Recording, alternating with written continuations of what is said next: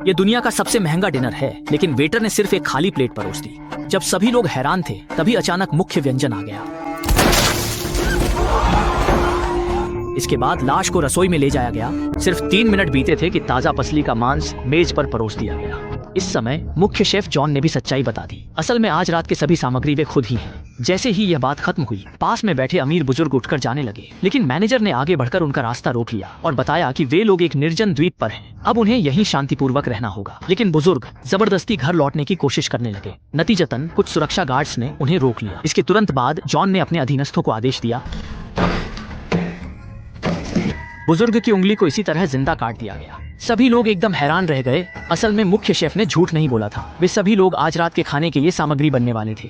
इसी समय एक भारतीय युवक अब और नहीं बैठ सका। उसने कुर्सी उठाई और कांच की खिड़की पर दे मारी, लेकिन उसे अभी तक पता नहीं था कि यहाँ की सारी खिड़कियों के कांच चीन में बने हैं। इस समय जॉन ने देखा कि सभी में अभी भी जीने की प्रबल इच्छा है, इसलिए वह सभी को बाहर ले गया। उसने फैसला किया कि वह पुरुषों को भागने के लिए 60 सेकंड का समय देगा, और अगर कोई बीच में पकड़ा गया तो उसे ओवन में डालकर भून दिया जाएगा। उसकी बात खत्म होते ही एक युवक तुरंत बाहर की ओर भाग गया। बाकी लोगों ने यह देखकर अपने साथी को छोड़ दिया और भागने लगे, लेकिन जॉन के आदमी सभी शिकार करने में माहिर थे। पुरुष ज्यादा दूर नहीं भाग पाए और सभी को वापस पकड़ लाया गया। जब वे दोबारा रेस्तरां में लौटे तो उनके चेहरों पर पूरी तरह निराशा छाई हुई थी।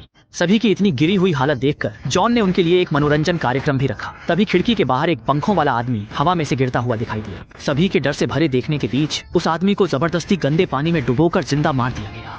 वहीं एक अमीर अश्वेत आदमी ने जॉन से रकम बताने को कहा। वह जान बचाने के लिए पैसे देना चाहता था, लेकिन तभी किसी ने फांसी पर लटके आदमी को पहचान लिया। वह सबसे बड़ा अमीर था। साफ था कि यहाँ पैसे से जान खरीदना संभव नहीं था। जब अमीरों ने देखा कि उनकी ताकत बेअसर हो गई तो वे डर के मारे शांत हो गए।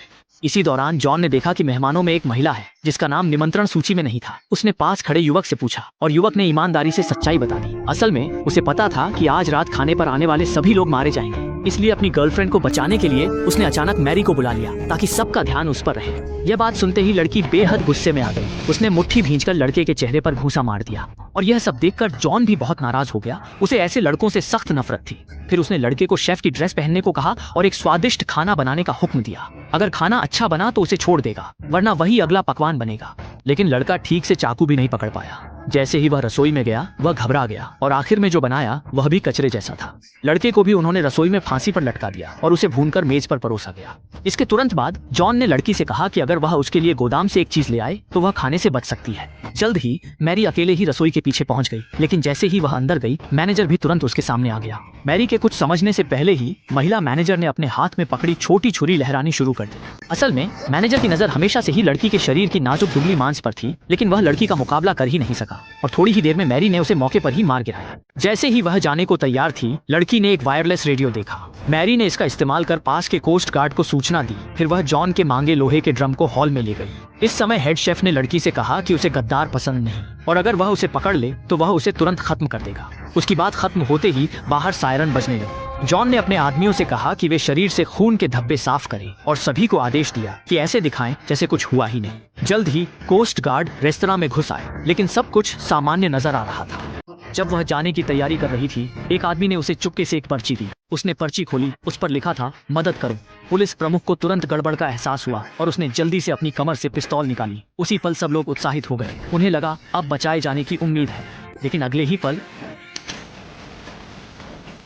असल में पहले का पुलिस प्रमुख भी जॉन का ही आदमी था और उसने अभी अभी उसका साथ देकर नाटक किया था। मैरी को भी विश्वासघात के कारण बाकी लोगों की तरह खा लिया जाएगा। इन अमीरों ने कभी नहीं सोचा था कि जिस दावत में उन्होंने 80 लाख खर्च किए, उसमें मुख्य व्यंजन इंसानी मांस होगा और वहाँ मौजूद सभी को मारकर पकाने के लिए सामग्री बना दिया जाएगा। डरे अमीर आदमी ने तुरंत शेफ से पूछा कि वह ऐसा क्यों कर रहा है, लेकिन जॉन ने उल्टा सवाल किया, तुम इस रेस्तरां में कई बार आ चुके हो, क्या तुम्हें किसी डिश का नाम याद है जो तुमने खाई? बूढ़ा अमीर आदमी हैरान रह गया। असल में जॉन हर बार उन्हें डिश का नाम बताता था, लेकिन ये अमीर लोग कभी याद नहीं रख पाए। जॉन को ये सब बेकार लगा, इसलिए इस बार वह चाहता है कि वे इसे याद रखें। इसके बाद उसने लोगों से एक स्टार्टर डिश परोसने को कहा। ये एक मैक्सिकन टॉर्टिला थी, जिसकी पीठ पर अमीरों का काला इतिहास छपा था। बाहर से सभ्य दिखने वाला सरकारी अधिकारी असल में छुपकर महिलाओं के साथ खेलता था। शेयर बाजार का वित्तीय विशेषज्ञ असल में फर्जी खाते बनाता था। ये ऊपर से चमकदार दिखने वाले अमीरों के भी एक अंधेरा पक्ष था। आज शेफ जॉन न्याय के लिए खड़ा होगा और लोगों को बुराई से मुक्ति दिलाएगा। इसी समय मैरी को अचानक गोदाम का वह दृश्य याद आया, जहाँ दीवार पर शेफ के पुरस्कारों की कई कई तस्वीरें थीं, लेकिन उनमें वह हमेशा गंभीर दिखता था, जैसे उसे खुशी ना हो। सिर्फ शेफ की जवानी में बर्गर बनाते हुए तस्वीर अलग थी।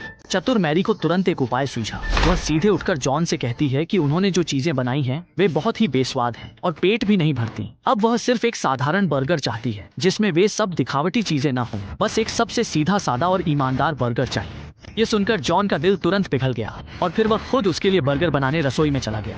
जॉन ने बस मीट पैटी पर थोड़ा सा प्याज डाला, फिर उसमें चीज स्लाइस डाल दी। इस तरह सबसे साधारण बर्गर तैयार हुआ। जब वह बर्गर लड़की के सामने लाया तो मैरी ने तुरंत बड़े बड़े कौर लेकर खाना शुरू कर दिया, मानो खाने का असली मतलब महंगे दाम में नहीं बल्कि बस पेट भरने में है। यही वह मूल भावना थी जिसके कारण जॉन ने कभी शेफ बनने का फैसला किया था। इसके बाद मैरी ने एक और पैकिंग बैग मांगा और जॉन ने भी बड़ी सहजता से उसका खाना पैक कर दिया।